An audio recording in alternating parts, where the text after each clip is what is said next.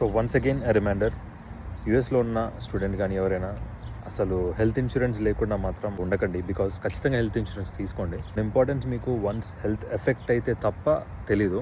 నాకు తెలిసి ఇది థర్డ్ టైం అనుకుంటా మళ్ళీ ఎమర్జెన్సీ కోసం హాస్పిటల్కి రావడం. ఒకసారి నా కోసం అండ్ ఇంకా 2 times ఫ్రెండ్స్ కోసం. సేమ్ సినారియో ఏంది అంటే, ఇక్కడ చాలా విషయాలు బాగుంటాయి, చాలా సిస్టమేటిక్గా ఉంటాయి, డిసిప్లిన్గా ఉంటాయి, మంచి టెక్నాలజీ యూజ్ చేస్తారు చాలా విషయాల్లో. Yes, I agree.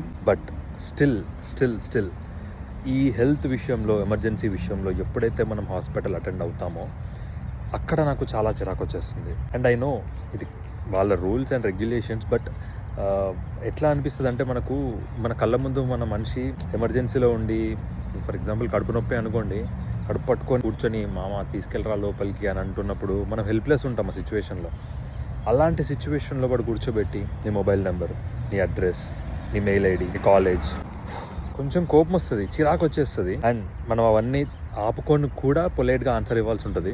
అదొకటే నాకు నచ్చదు. బికాజ్ జస్ట్ మన ఇన్సూరెన్స్ కార్డ్ తీసుకొని, మన పాస్పోర్ట్ తీసుకొని ఇమీడియట్గా ఫస్ట్ అయితే మనల్ని లోపలికి పంపించేసి దెన్ వాళ్ళ ప్రొసీడింగ్స్ చేసుకోవచ్చు కదా. నాకు తెలిసి ఇవన్నీ వ్యాలిడ్ ఉన్నాయా, వాళ్ళ దగ్గర ఇన్సూరెన్స్ లేవా అని చెక్ చేసుకొని తీసుకెళ్తారు. ఐ నో, నాకు తెలుసు. బట్ క్వశ్చన్స్ వేస్తున్న మూమెంట్లోనే అన్ఎక్స్పెక్టెడ్ ఏదైనా జరిగితే ఏంటి?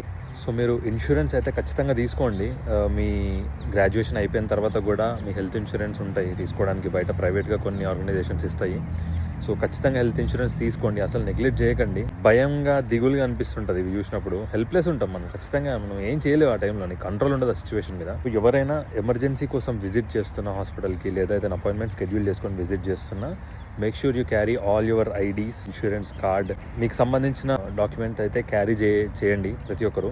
ఇంకా బాగా చిరాకు వచ్చే విషయం ఏంటి అంటే, ఇక్కడ మనం ఇండియాలో అయితే డైరెక్ట్ స్పెషలిస్ట్ని, లైక్ కార్డియాలజిస్ట్ కావచ్చు, ఎవరైనా కావచ్చు, డైరెక్ట్ కాంటాక్ట్ అవ్వచ్చు మనం. అండ్ వాళ్ళ అపాయింట్మెంట్ కూడా మనం డైరెక్ట్ తీసుకోవచ్చు. బట్ ఇక్కడికి వచ్చేసరికి మీరు ఎవరైనా స్పెషలిస్ట్ని కనుక కాంటాక్ట్ అవ్వాలి, లేదా వాళ్ళ అపాయింట్మెంట్ తీసుకోవాలి అనుకుంటే, ఫస్ట్ మీరు మాత్రం ఖచ్చితంగా ఒక జనరల్ ఫిజిషియన్ని కన్సల్ట్ అవ్వాల్సి ఉంటుంది. వాళ్ళు మిమ్మల్ని ఖచ్చితంగా రిఫర్ చేస్తే తప్ప మీరు ఒక స్పెషలిస్ట్ దగ్గరికి వెళ్ళలేరు. మేబీ వాళ్ళ రూల్ కావచ్చు. అంటే మనం చెప్పడానికి ట్రై చేసినా కూడా, అంటే ఇండియాలో ఉన్నప్పుడు మేము సో అండ్ సో మెడికేషన్ తీసుకునే వాళ్ళము, నాకు ఈ ప్రాబ్లం ఉందని మాకు సో అండ్ సో డాక్టర్ చెప్పారు, ఒక స్పెషలిస్ట్ చెప్పారు ఇండియాలో నుంచి అని చెప్పినా కూడా వాళ్ళు మోస్ట్లీ కన్సిడర్ చేయరు. ఐ నో, అగైన్ మళ్ళీ ఇవన్నీ వీళ్ళ రూల్స్ అని.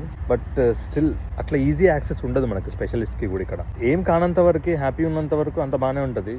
ఒక్కసారి హెల్త్ ఎఫెక్ట్ అయిందనుకో, దెబ్బకి దేవుడు గుర్తొస్తారు అంటారు చూసినావా, అట్లా అనిపిస్తుంది. సో అట్లీస్ట్ చిన్న హెల్త్ డైట్ అన్నా పెట్టుకోవడానికి చూడండి. తెలుసు మీరు షిఫ్ట్లు అవన్నీ ఇవన్నీ చాలా బిజీగా ఉంటారు, ప్రతి ఒక్కరు బిజీగానే ఉంటారు. మనం హెల్త్ ఎఫెక్ట్ చేసుకొని మరి కష్టపడుతుంటే మన ఇంట్లో వాళ్ళకు కూడా నచ్చదు. Be careful guys.